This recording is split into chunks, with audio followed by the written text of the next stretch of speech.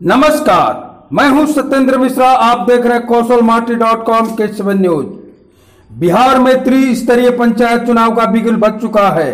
जनता की भागीदारी के साथ अब बिहार चुनाव में सभी अपने भाग्य आजमा रहे हैं।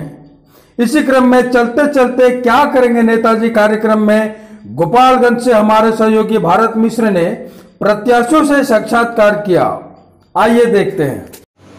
नमस्कार, मैं भरत मिश्र और आप देख रहे हैं कौशलमाटी.com। चलते चलते कार्यक्रम के तहत आज मैं मौजूद हूं भोरे पंचायत में। काफ़ी कुछ बदलाव हुआ है भोरे में शहरीकरण के दौर में। ये प्रखंड भी है, विधानसभा क्षेत्र भी है। परिसीमन में कितना भी उठा पटक होता है लेकिन विधानसभा भोरे ही रहती है। आइए रूबरू होते हैं आज दीपू मिश्रा जी से। प्रत्याशी हैं चुनावी मैदान में पंचायत समिति सदस्य के तौर पर। दीपू मिश्रा जी, आपने पढ़ाई कितनी की है आज तक? बीए तक। बीए के बाद आपने पढ़ाई क्यों छोड़ी? समाज सेवा से जुड़ाव हो गया। अच्छा, समाज सेवा का उद्देश्य क्यों आपने पाला? बस जनता की सेवा करना, सभी कुछ लोग की सेवा करना। अरे भोरे में तो बहुत विकास हुआ है, हमने सुना है। धरातल पे कहीं नहीं हुआ है। जा कर के देखिए क्षेत्र में भोरे जल जमाव से जूझ रहा है। क्या कारण है इसका? बस वही पंचायत प्रतिनिधि हैं उनकी उदासीनता के कारण। हमने तो सुना है कि यहाँ पर सारा काम बहुत ईमानदारी से होता है, प्रखंड के नज़दीक है, सारे अधिकारी यहाँ रहते हैं। फिर आप कैसे दावे कर सकते हैं? सीओ नज़दीक है, जा सकता है, चेक कर सकता है। बीडीओ नज़दीक है, प्रखंड भी नज़दीक है, वो जांच भी करता होगा, जानता भी होगा कि विकास क्यों नहीं हो रहा है। ऐसे में किसको आप गलत ठहराएंगे? बस पंचायत प्रतिनिधि को हम गलत ठहराएंगे। लेकिन सारे अधिकारी भी तो यहीं रहते हैं ना। सारे लोग मुख्य दर्शक हैं।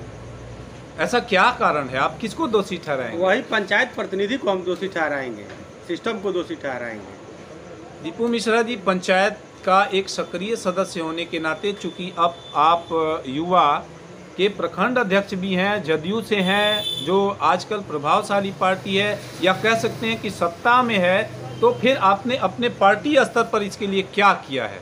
अब होगा, लेकिन पंचायत के प्रतिनिधि के द्वारा कुछ नहीं हुआ है। आप अगर बीडीसी के तौर पर चुन के जाते हैं, कहीं आप मान लीजिए कि प्रमुख बन जाते हैं, तो सबसे पहला आपका सुधार क्या होगा?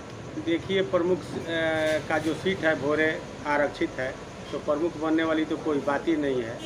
हाँ, बीडीसी अगर हम लोग पंचायत समिति जीतेंगे, जनता मौका देगी, तो अपने क्षेत्र का मतलब क्या कहते हैं, विकास बहुत तेज़ी से हम लोग करेंगे। मान लीजिए कि आने वाले समय में आपको यहाँ की व्यवस्था दी जाती है, तो कैसा सुधार करिएगा? चाहेंगे कि हम यहाँ की व्यवस्था बेहतर हो और उसके लिए प्रयास करेंगे। अगर आपको उप प्रमुख बना दिया जाए तो आप क्या सुधार करेंगे? पंचायत नहीं, पूरे प्रखंड में हम मतलब विकास के लिए अपना। सबसे महंगा है भोरे, गोपालगंज जिले में। दावे बहुत होते हैं, विकास की गंगा भी बहुत बहती है। यहाँ पर विकास करने की कोई ज़रूरत नहीं है, क्योंकि शहरीकरण आज गोपालगंज में सबसे ज़्यादा भोरे में है, मार्केटिंग भी सबसे ज़्यादा बढ़ रही है। तो आप कैसे कह रहे हैं कि विकास नहीं हुआ है?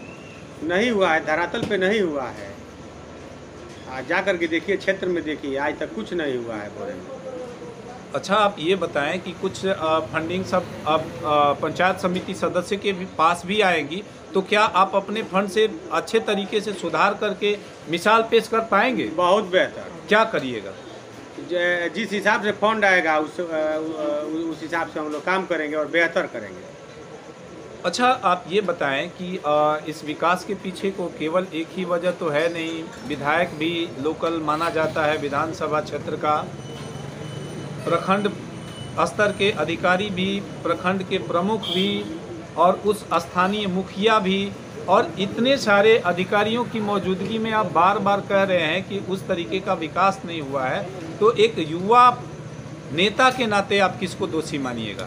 देखिए, जहाँ तक भोरे विधानसभा की विधायक की बात है, वो तो हमको लगता है कि गोपालगंज जिले के पहले विधायक होंगे जो भोरे में विकास की गंगा बहेगी। हम लोग को उनसे आशा है और ऐसा विकास का काम करने के लिए वो प्रयासरत हैं। आप अपने विधायक जी से ही कहकर ये जो पानी की समस्या है उसको दूर करवा सकते हैं? हाँ, करवाने का हम लोग काम करेंगे। अभी आप एक पंचायत समिति सदस्य के तौर पर चुनावी मैदान में हैं, आपके बहुत प्रतिद्वंदी भी हैं, तो प्रतिद्वंदियों के लिए आप क्या विकल्प देंगे? देखिए, चुनाव है, चुनाव को चुनाव समझ करके लड़ना चाहिए। रह गई प्रतिद्वंदी की बात, तो हम तो ये समझ रहे हैं कि हमारे साथ लड़ाई किसी की नहीं है।